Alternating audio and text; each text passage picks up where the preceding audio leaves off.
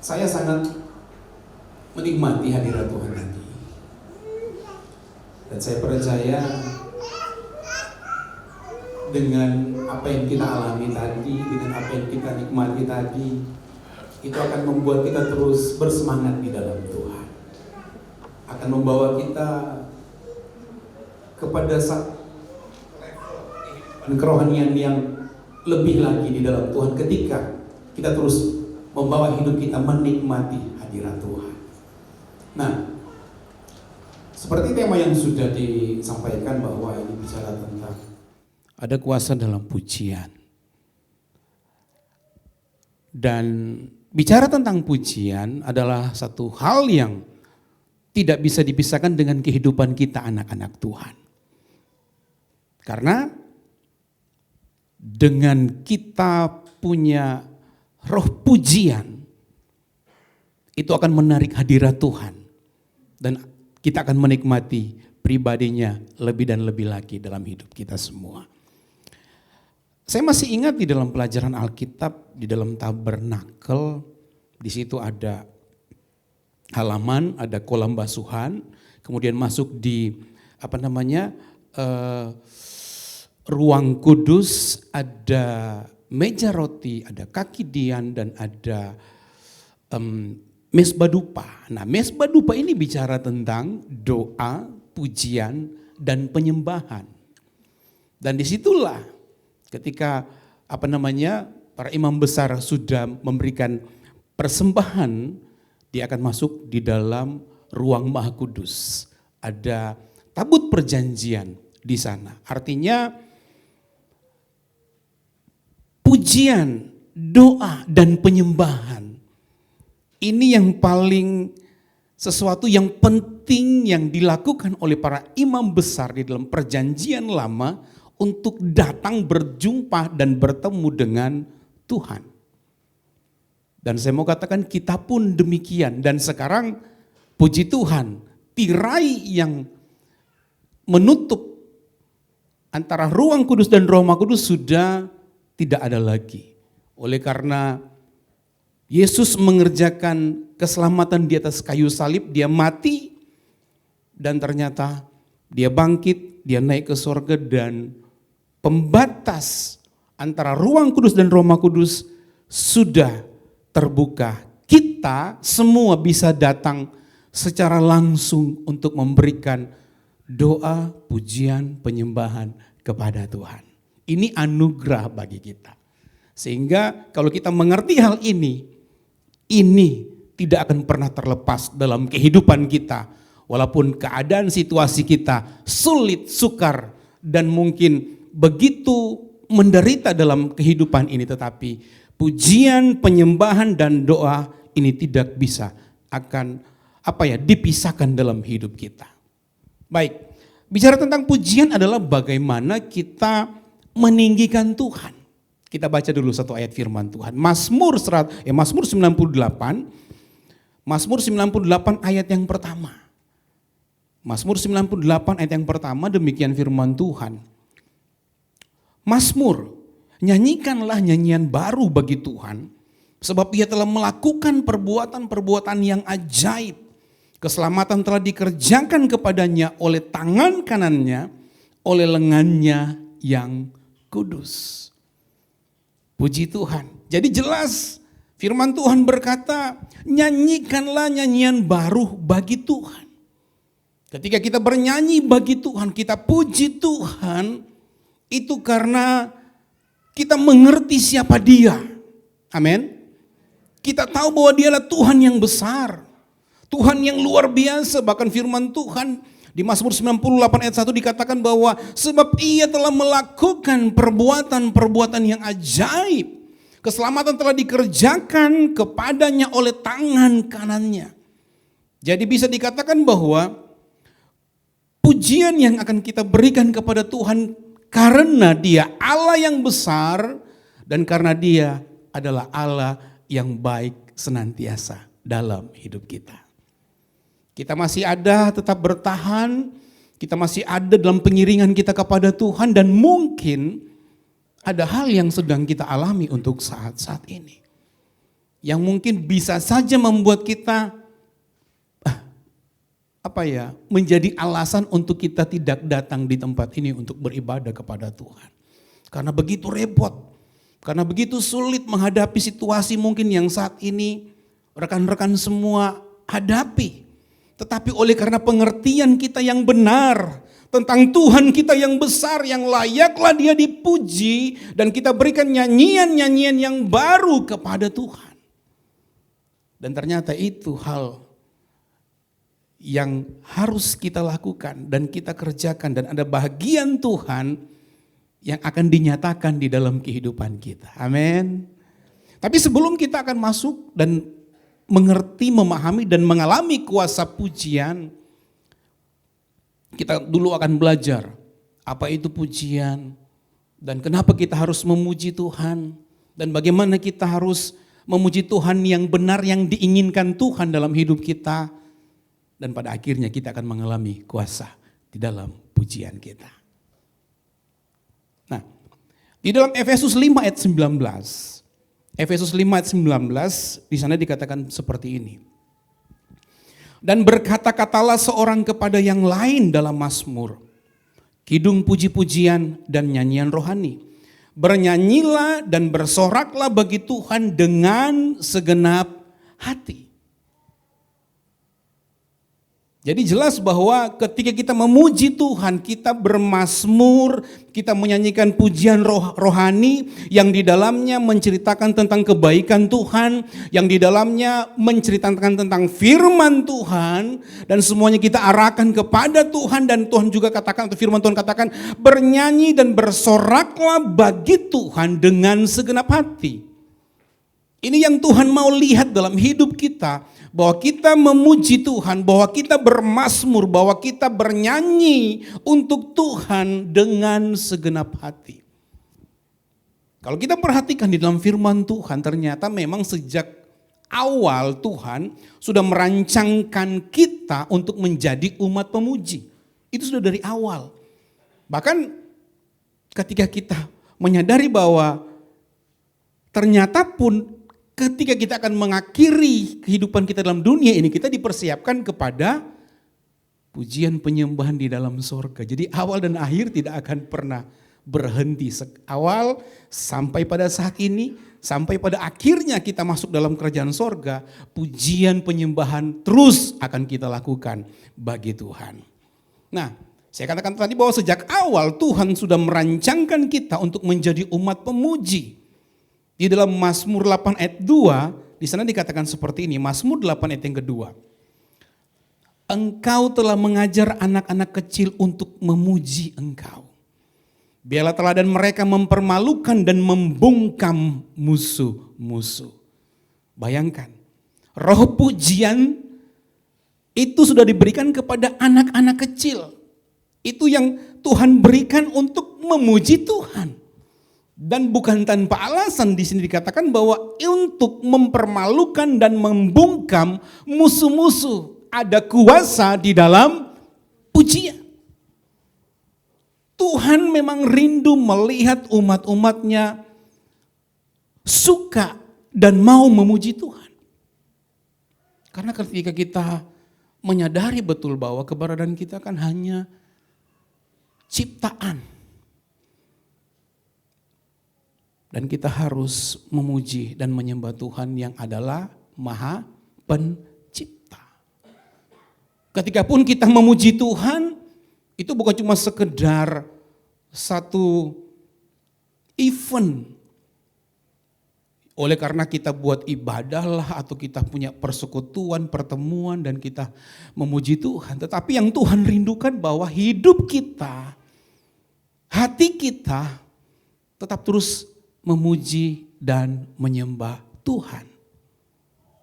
Karena apa gunanya di dalam satu event ibadah yang besar, kita benar-benar mungkin merasakan Tuhan, kita beri tepuk tangan yang sangat meriah, kita mengeluarkan pujian kita, nyanyian kita dengan sangat indah ketika orang-orang di sekitar mendengar, wah luar biasa suaramu yang di dalamnya menyampaikan tentang keagungan Tuhan, kemuliaan Tuhan dan lain sebagainya. Tetapi itu hanya dialami ketika dalam satu event. Karena ternyata ada hal yang menghalangi untuk orang tersebut bisa mengalami Tuhan dalam setiap keadaan dan dalam setiap waktu. Kita harus mengerti bahwa ternyata kita bukan cuma sekedar memuji Tuhan ketika kita beribadah kepada Tuhan. Memang itu aktivitas yang kita lakukan. Satu ekspresi kehidupan kita ketika kita menyatakan bahwa Dia Allah yang besar, itu terlihat dari tepuk tangan kita, itu terlihat dari pujian kita, itu terlihat dari antusias kita menyembah Tuhan, mengangkat tangan.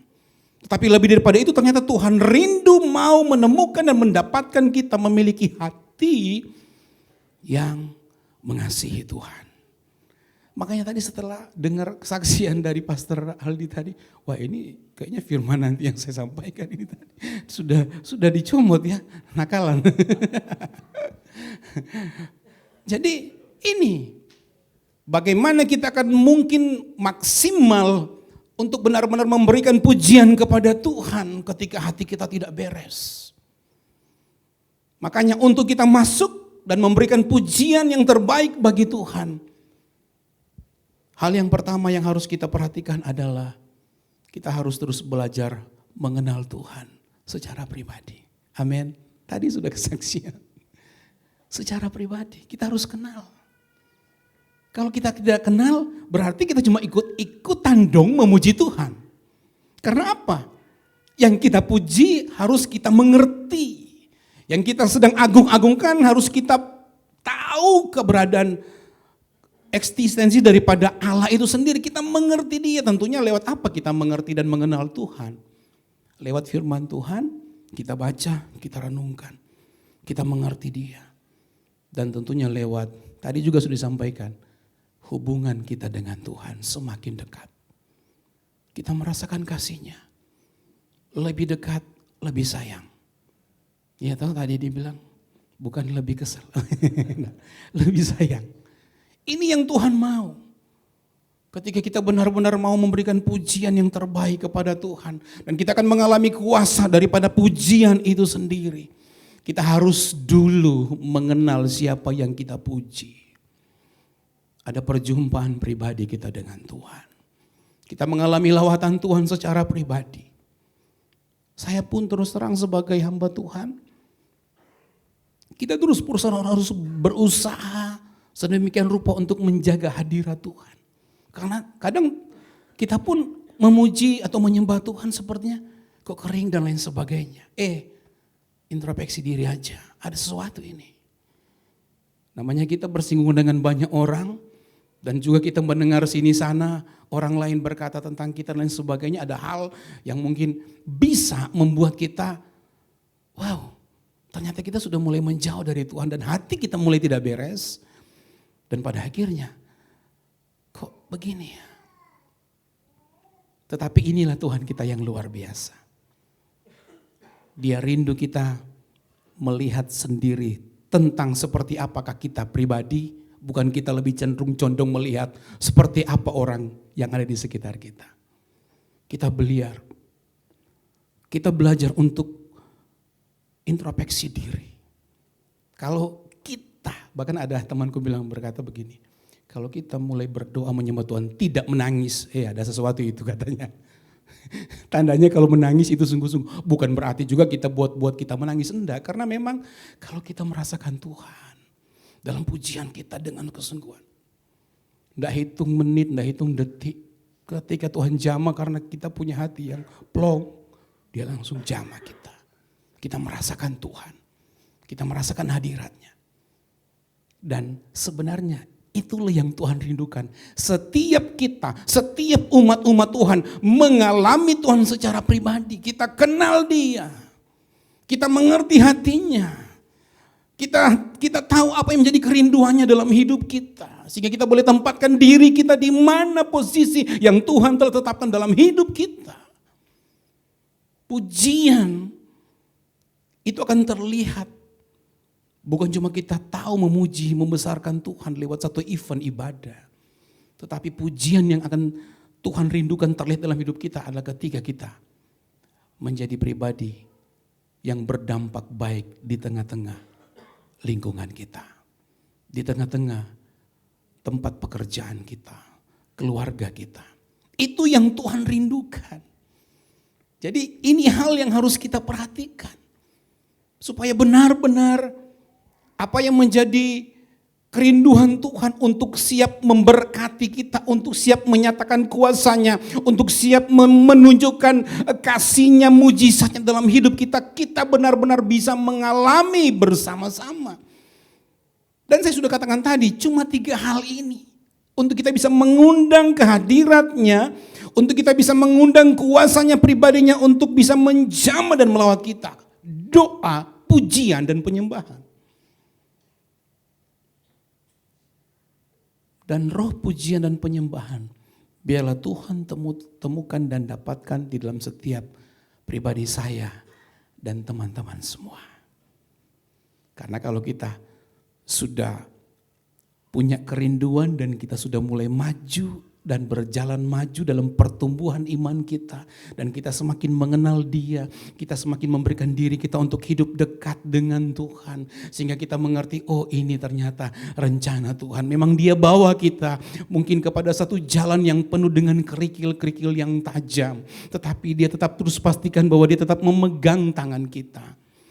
Dan kita mengerti bahwa Dia memang tidak pernah meninggalkan kita. Karena Dia adalah Allah Immanuel, Allah yang menyertai kita. Bahkan Dia sudah berikan Roh Kudus kepada kita untuk menyertai dan memberikan kekuatan dalam hidup kita. Dia tidak sekali-kali meninggalkan kita. Jadi bicara tentang pujian adalah di mana Tuhan melihat kebesaran Tuhan terlihat dalam kehidupan kita. Kemuliaan Tuhan terlihat dalam keberadaan kehidupan kita semua. Seperti apakah hidup kita di hadapan Tuhan. Kalau kita lihat, aduh ternyata saya masih begini. Kita datang kepada Tuhan. Dengan segala keterbukaan kita. Dengan segala ketulusan hati kita. Karena memang sebenarnya sebelum kita pun mengaku, Tuhan sudah mengerti seberapa dalam dan seberapa jauh kehidupan kita dalam pengiringan kita kepada Tuhan.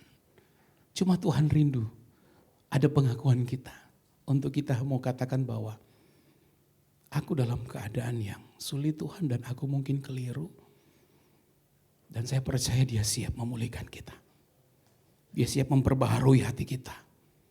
Sehingga target dan rencana rancangan Tuhan dalam hidup kita, Tuhan pastikan kita tetap ada berdiri di situ. Untuk langkah demi langkah kemuliaan Tuhan dinyatakan. Untuk waktu demi waktu kita melihat bahwa ada penyertaan Tuhan. Sehingga apa yang belum pernah dipikirkan, apa yang belum timbul dalam hati kita, itu yang disediakan Tuhan dalam hidup kita semua. Ada kuasa dalam pujian, amin. Karena Dia senantiasa hadir di tengah-tengah kita. Dan ternyata firman Tuhan sudah mencatat. Kenapa kita harus memuji Tuhan? Kenapa kita harus tetap terfokus kepada Tuhan dan tetap terus hidup dekat kepada Tuhan? Yang pertama, karena kita memang diciptakan untuk kemuliaan namanya. Kita diciptakan untuk kemuliaan namanya di Yesaya 43. Ayat 6 dan 7. Yesaya 43 ayat 6 dan 7. Aku akan berkata kepada utara, berikanlah, dan kepada selatan, janganlah tahan-tahan. Bawalah anak-anakku laki-laki dari jauh dan anak-anakku perempuan dari ujung-ujung bumi. Semua orang yang disebutkan dengan namaku yang kuciptakan untuk kemuliaanku, yang kubentuk dan yang juga kujadikan. Bahwa kita diciptakan untuk kemuliaan Tuhan. Amin. Bahwa kita diciptakan untuk menggenapi rencana Tuhan. Dan bahwa kita diciptakan sudah dipersiapkan Tuhan untuk rencana Tuhan. Saya lupa di Efesus 2 ayat 10 ya kalau tidak salah. Ini saya tidak tulis, dikatakan. Karena kita ini buatan Allah, diciptakan dalam Kristus Yesus. Yang telah dipersiapkan sebelumnya untuk kita lakukan, dan Tuhan mau kita ada di dalamnya. Ternyata sekarang kita hidup sekarang, Tuhan sebenarnya sudah tetapkan hidup kita akan menjadi seperti apa nantinya. Tetapi masih bagi kita itu masih satu pertanyaan besar, seperti apa sih Tuhan? Tapi Tuhan tetap sertai kita. Amin. Makanya di Mazmur dikatakan Tuhan yang pegang langkah kita, Dia tidak akan memberi ketika kita pun terjatuh tidak akan tergeletak karena Dia menopang kita. Tangan kanannya yang penuh dengan kuasa memegang setiap hidup kita. Itulah Tuhan kita. Itulah yang harus kita mengerti. Sehingga apapun yang kita berikan kepada Tuhan, semuanya boleh berkenan kepada Tuhan. Jadi kita awalnya sudah dipersiapkan Tuhan untuk kemuliaan namanya. Awalnya Tuhan sudah punya rencana dalam hidup kita.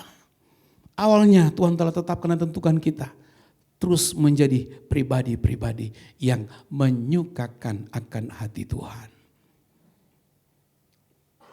Jangan engkau menjauh, jangan engkau terhilang. Tetapi pastikan bahwa perjalanan kehidupanmu masih tetap berjalan sesuai dengan kehendak Tuhan. Sehingga apapun rancangan yang Tuhan telah tetapkan, itu akan boleh menjadi bagian kita semua. Rencana Tuhan dalam hidup kita tidak abu-abu, enggak. Tuhan sudah menetapkan semuanya. Makanya betul yang kita sering dengar bahwa kita anak Tuhan sebenarnya jangan terlalu fokus dengan mengejar berkat dan mengejar berkat. Karena sebenarnya ada berkat yang sebenarnya Tuhan telah tentukan untuk kita dapatkan. Karena Dialah pemberi berkat. Amin. Karena dari Dia, oleh Dia, bagi Dialah semua. Kita hanya jalani saja kehidupan kita seperti apa mau dan kehendak Tuhan. Dalam hal ini khususnya untuk kita menjadi pemuji Tuhan. Kita harus benar-benar tempatkan hidup kita yang semestinya. Bukan cuma karena saya katakan tadi event dalam satu ibadah. Kita memuji Tuhan, kita merasakan hadirat Tuhan dan kita diberkati. Tapi setelahnya apa? Mungkin kita bisa kembali dengan cara lama hidup kita. Mungkin yang lebih besar berpengaruh dalam hidup kita. Apa kata orang dengan sebenarnya ada firman Tuhan yang sudah menetapkan hidup kita. Atau perkataan Tuhan dalam hidup kita. Itu tergantung dalam hidup kita. Tetapi saya percaya kuasa pujian tetap akan nyata dalam setiap kehidupan kita. Karena kita mengerti benar, kita ciptaan Tuhan dan ketika kita melakukan bagian kita memuji Tuhan, kita memberikan hidup kita, hati kita yang benar kepada Tuhan. Dia terus akan menopang hidup kita. Dia terus akan memberkati kita. Seperti Pastor Aldi tadi, kesetiaan Tuhan terus menerus. Keadaan situasi apapun tidak akan pernah menggagalkan kasih setia Tuhan menjadi bagian keberadaan kehidupan kita. Walaupun terkadang dalam pemikiran kita, sulit Tuhan, sukar Tuhan, tidak bisa Tuhan. Tetapi itulah batas logika kita, kemampuan berpikir kita. Kita tidak bisa menyelami bagaimana cara Tuhan menolong kita.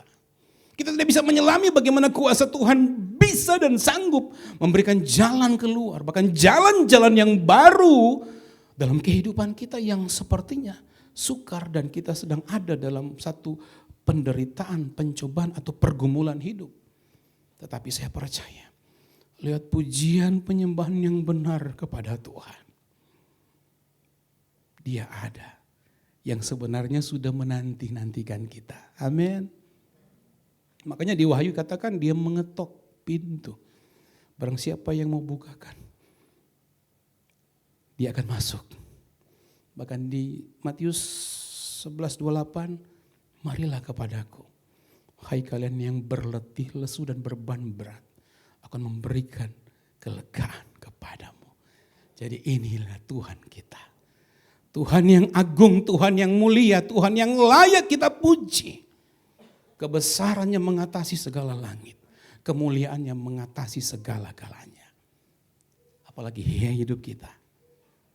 Saya percaya perhatian Tuhan, fokus Tuhan tetap terarah bagi kita semua. Amin. Karena betapa berharganya hidup kita semua. Kemudian, kenapa kita memuji Tuhan dan menyembah Tuhan? Karena kita telah ditebus lunas dengan darahnya. Nah, ini 1 Petrus 2 ayat 9. 1 Petrus 2 ayat 9 demikian firman Tuhan. Tetapi kamulah bangsa yang terpilih, imamat yang rajani, bangsa yang kudus, umat kepunyaan Allah sendiri. Supaya kamu memberitakan perbuatan besaran yang besar dari Dia, yang telah memanggil kamu keluar dari kegelapan kepada terangnya yang ajaib. Inilah yang Tuhan telah titipkan dalam kehidupan kita yang sudah meresponi akan keselamatan. Kita sekarang sudah hidup di dalam hidup yang baru, di dalam terangnya yang ajaib. Dan Tuhan punya rencana dalam hidup kita untuk memberitakan perbuatannya yang besar. Lewat kesaksian kita, lewat juga kebesaran-kebesaran dari Tuhan, lewat mulut kita, yaitu puji-pujian kita kepada Tuhan. Itu Tuhan sudah tetapkan dalam hidup kita. Jadi mari pakai mulutmu benar-benar untuk memuji Tuhan. Benar-benar untuk mempermuliakan Tuhan. Jangan pakai mulut kita hanya ngegosip, ngomong orang ini dan lain sebagainya. Tetapi mulut kita penuh dengan puji-pujian.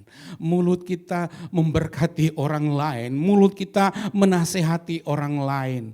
Mulut kita untuk kemuliaan Tuhan. Karena kita sudah meresponi panggilan Tuhan dan kita sudah ada di dalam terangnya yang ajaib. Kemudian yang ketiga, kenapa kita harus memuji Tuhan? Karena Tuhan sudah memberikan perintah untuk kita memuji Dia. Ini perintah Tuhan. Kalau di kitab Mazmur, banyak sekali tulisan atau firman Tuhan yang mengatakan pujilah Tuhan. Apatah lagi di kitab Mazmur pasal yang terakhir. Mazmur 150. Saya akan bacakan dengan cepat. Mazmur 150 ayat pertama. Haleluya, pujilah Allah dalam tempatnya yang kudus. Pujilah Dia dalam cakrawalanya yang kuat. Pujilah Dia karena segala keperkasaannya. Pujilah Dia sesuai dengan kebesarannya yang hebat. Pujilah Dia dengan tiupan sangkakala. Pujilah Dia dengan gambus dan kecapi.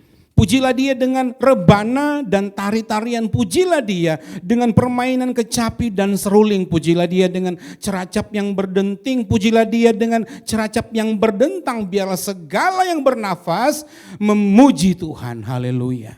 Jadi jelas inilah yang Tuhan telah persiapkan, tetapkan dalam kehidupan kita umat-umat Tuhan. Yang sudah mengalami keselamatan adalah memuji Tuhan. Memuji Tuhan, pujilah Dia dengan segala keberadaan hidupmu. Berarti bukan cuma sebagai sebatas mulut kita, hati kita, tindakan kita, pikiran kita semuanya. Menunjukkan bahwa pujian kemuliaan Tuhan terlihat dan nampak dalam hidup kita. Makanya orang akan melihat kita bahwa ada Kristus Yesus yang hidup dalam kita. Amin. Jadi Tuhan kita bukan Tuhan yang sulit untuk dikenali. Karena Tuhan kita akan terlihat dari kehidupan anak-anaknya. Amin. Itu yang Tuhan mau. Kita jadi saksi-saksi kecil. Kita menjadi orang-orang yang cukup berpengaruh dan memperlihatkan bahwa betul kasih Tuhan. Luar biasa. Makanya kadang orang berkata katanya kalau orang Kristen itu ya katanya sepertinya enggak merasakan kesusahan, katanya kok beda ya wajahnya. Padahal biasa-biasa katanya seperti itu. Anak Tuhan yang cuma biasa-biasa ya yang penting bisa menikmati hari demi hari dengan anugerah Tuhan. Dan tetap menampakkan Kristus Yesus, ada senyuman yang begitu tulus kepada orang lain. Orang lain kan geleng-geleng kepala ya. Orang-orang di seberang mungkin punya segala-galanya tapi hidupnya kok berat gitu. Tapi melihat seorang anak Tuhan yang benar-benar hidup dekat dengan Tuhan, yang benar-benar hidup menyenangkan Tuhan, mereka geleng-geleng kepala. Karena mereka punya ukuran bahwa kalau orang punya, itu orang yang akan mengalami sukacita. Itu orangnya akan terlihat damai, tetapi bukan seperti itu ternyata. Kita anak-anak Tuhan. Seperti apapun keadaan kita bersama dengan Tuhan, kita akan bisa menampakkan Kristus Yesus dalam hidup kita. Dan itu kalau menjadi kesaksian pada orang-orang di luar sana. Itulah yang Tuhan rindukan bagi kita. Dan kemudian yang berikutnya, kenapa kita memuji Tuhan? Bagian yang keempat, karena Allah senang mendengar umatnya memuji dan menyembah Dia. Karena memang Tuhan senang melihat umat-umatnya memuji dan menyembah Tuhan. Di Mazmur 147 ayat yang pertama dikatakan, haleluya, sungguh bermazmur bagi Allah kita itu baik, bahkan indah, dan layaklah memuji-muji itu. Tuhan ternyata memang senang untuk kita puji Dia. Tuhan senang untuk melihat kita menyembah Dia. Makanya di perjanjian lama bahkan sangat tegas di salah satu poin hukum Taurat, janganlah membuat patung yang menyerupai apapun untuk disembah. Tuhan tidak mau. Tuhan tidak mau ternyata umat-umatnya menyembah patung atau menyembah sesuatu yang lain lah. Tuhan mau umat-umatnya memuji dan menyembah Tuhan. Karena memang, kenapa? Karena memang Dia layak untuk disembah. Karena memang Tuhan Allah kita adalah Tuhan Allah yang layak untuk dipuji. Tidak ada siapapun, tidak ada pihak apapun di dalam dunia ini yang layak terima semuanya itu selain Tuhan Allah kita yang hidup. Makanya Tuhan rindukan melihat, Tuhan rindukan mendengar suara umat-umatnya untuk memuji Tuhan, untuk menyembah Tuhan. Makanya setiap pagi di gereja, walaupun via Instagram bisa mengikuti doa pagi setiap pagi. Kita bersama-sama menyembah Tuhan di pagi hari. Kita sama-sama bersyukur kepada Tuhan di pagi-pagi, berdoa kepada Tuhan. Kita terkonek bersama-sama. Karena memang itu yang Tuhan rindukan bagi kita. Dia senang dengan telinga yang Dia dengar. Itu akan menyukakan hatinya. Pujian, penyembahan yang disampaikan oleh umat-umatnya kepada Tuhan itu menyukakan akan hati Tuhan. Dan kemudian bagian yang terakhir, bagian yang kelima. Kenapa kita harus memuji Tuhan? Karena kita memuji dan menyembah Tuhan sampai kepada kekekalan. Tadi saya sudah singgung bahwa kita tidak akan berhenti memuji Tuhan hanya sampai sebatas kita dalam dunia ini, tidak. Tetapi kita pun ternyata sedang dipersiapkan kepada satu pujian penyembahan yang luar biasa di dalam surga.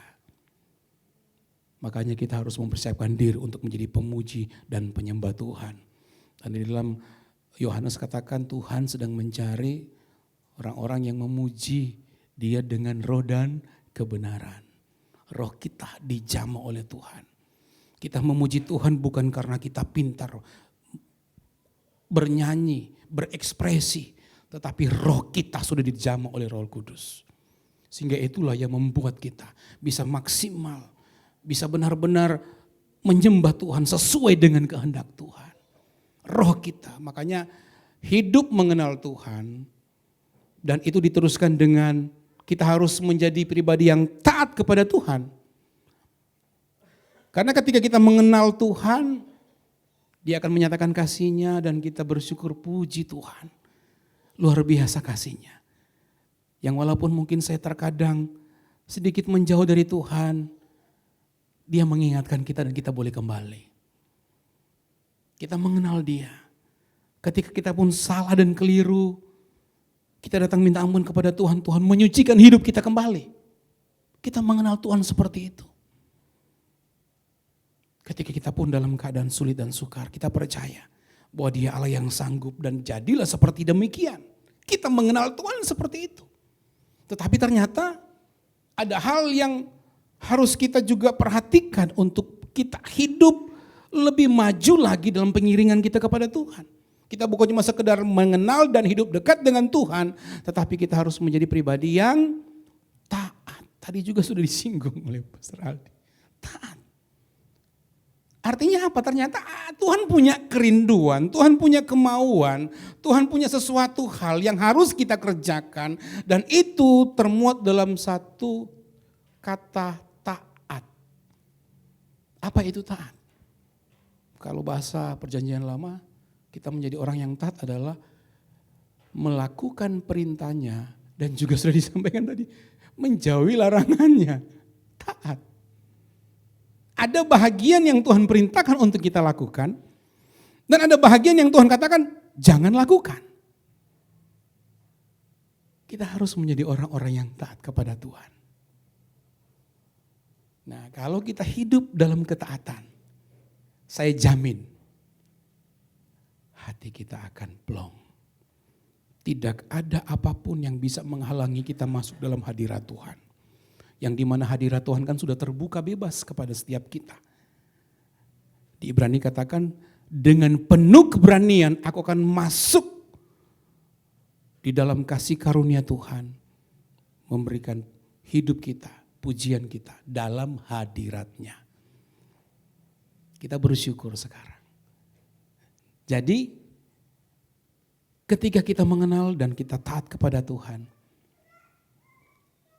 saya jamin kalau kita hati plong tidak ada apa-apa. Mudah dan akan gampang kita mengalami Tuhan. W.L. Singer belum seberapa bagaimana bernyanyi kita sudah mengalami Tuhan. Mungkin kalau kita sadari dan kita mengingat, iya ya. Kalau ada sesuatu hal yang tidak beres dalam hati kita, sekencang-kencang suara kita itu sepertinya, aduh kok begini ya, ada apa ini? Ternyata memang Tuhan ajari supaya kita membereskan hati kita. Makanya kita harus hidup dalam ketaatan, menjauhi dosa, menjauhi perbuatan-perbuatan yang Tuhan tidak kehendaki. Ketika kita melakukan semuanya itu, plong, tidak ada yang bisa mendakwa kita. Iblis pun tidak bisa merongrong kita, menakut-nakuti kita. Tidak ada. Makanya kita dengan kasih karunia Tuhan bebas masuk dalam hadirat Tuhan. Menikmati Tuhan. Lihat pujian kita walaupun mungkin suara kita terbatas. Tidak sebagus teman kita, tidak masalah. Kalau hati kita plong, hati kita beres, hidup kita beres di hadapan Tuhan. Suara fales pun saya percaya Tuhan terima. Dan itu akan cepat menarik hadirat Tuhan untuk menjamah kita. Dan saya percaya kalau kita pun sudah mengalami betapa luar biasa dalam hadirat Tuhan.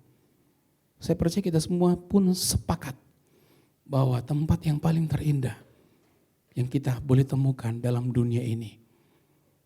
Untuk kita bisa merasakan sukacita yang sesungguhnya, damai yang sesungguhnya adalah ketika kita ada dalam hadirat Tuhan. Bawa pujian kita, bawa penyembahan kita. Dan saya percaya disitulah kuasa Tuhan dinyatakan. Makanya di bagian yang terakhir, Paulus dan Silas bisa mengalami yang namanya kuasa Tuhan. Karena mereka hidup di dalam doa dan puji-pujian. Kita lihat di dalam Kisah Para Rasul 16 ayat 25 dan 26. Kisah Para Rasul 16 ayat 25 dan 26. Ya, saya akan bacakan. Tetapi kira-kira tengah malam Paulus dan Silas berdoa dan menyanyikan puji-pujian kepada Allah. Dan orang-orang hukuman lain mendengarkan mereka. Akan tetapi terjadilah gempa bumi yang hebat sehingga sendi-sendi penjara itu goyah. Dan seketika juga terbukalah semua pintu dan terlepaslah belenggu mereka semua. Amin. Pujian penyembahan yang diberikan, yang disampaikan kepada Tuhan dengan tidak ada hal-hal yang bisa menghalangi hati yang tetap tulus, hati yang tidak terjadi menghalangi untuk hadirat Tuhan bisa datang memenuhi kehidupan mereka. Apa yang terjadi? Mujizat. Keluar biasaan Tuhan dinyatakan. Karena di ayat yang ke-26 dikatakan, sehingga sendi-sendi penjara itu goyah. Dan seketika itu juga terbukalah semua pintu dan terlepaslah belenggu mereka semua. Itu terjadi karena kuasa Tuhan menyertai mereka. Karena mujizat Tuhan dinyatakan bagi orang yang mengerti benar apakah pujian itu, penyembahan itu yang sesungguhnya, yang benar, yang datang dari hati yang tulus. Sehingga keadaan apapun Tuhan sanggup memberikan jalan keluar. Kita mungkin bukan Paulus dan Silas, kita mungkin menghadapi pergumulan yang berbeda. Tetapi kalau kita bangun pujian penyembahanmu yang benar di hadapan Tuhan, saya sangat yakin kuasa itu pun akan kita alami. Karena Tuhan tidak memilih-milih orang untuk dia akan menyatakan kuasanya yang besar itu. Bagi Tuhan dan di hadapan Tuhan kita semua sama. Kita dari mana? Kita latar belakang keluarga kita dari mana, itu tidak penting bagi Tuhan. Yang Tuhan lihat kita semua merah putih biru semua sama. Dan janji Tuhan itu berlaku bagi kita semua. Kalau Paulus Silas bisa mengalami itu, kita semua bisa mengalami itu. Ada kuasa dalam pujian. Karena ketika kita memuji Tuhan, sementara ternyata kita menarik kuasa Tuhan untuk dinyatakan. Berarti betapa hati Tuhan sangat rindu melihat ada pujian, ada penyembahan yang dinaikkan sehingga dia mau menyatakan kuasanya. Amin. Kuasa Tuhan itu nyata. Dia mau dan dia mampu melakukannya. Dia bukan cuma sekedar mau, kalau dia tidak mampu, ya kan? Tapi kita punya Allah yang luar biasa. Dia mau dan dia mampu. Apapun keadaan kita, apapun masalah kita, datang kepada Tuhan. Di dalam hadiratnya, berikan pujianmu kepada Tuhan. Berikan penyembahanmu kepada Tuhan. Dengan hati yang tulus, dengan hati yang rindu, dengan hati yang terbuka kepada Tuhan. Dan bereskan segala sesuatunya di hadapan Tuhan. Saya percaya Dia ada di sorga. Ketika pujian penyembahan diberikan kepada Tuhan, Dia akan hadir di tengah-tengah kita. Kuasanya menyertai kita semua. Mari kita bangkit berdiri semua.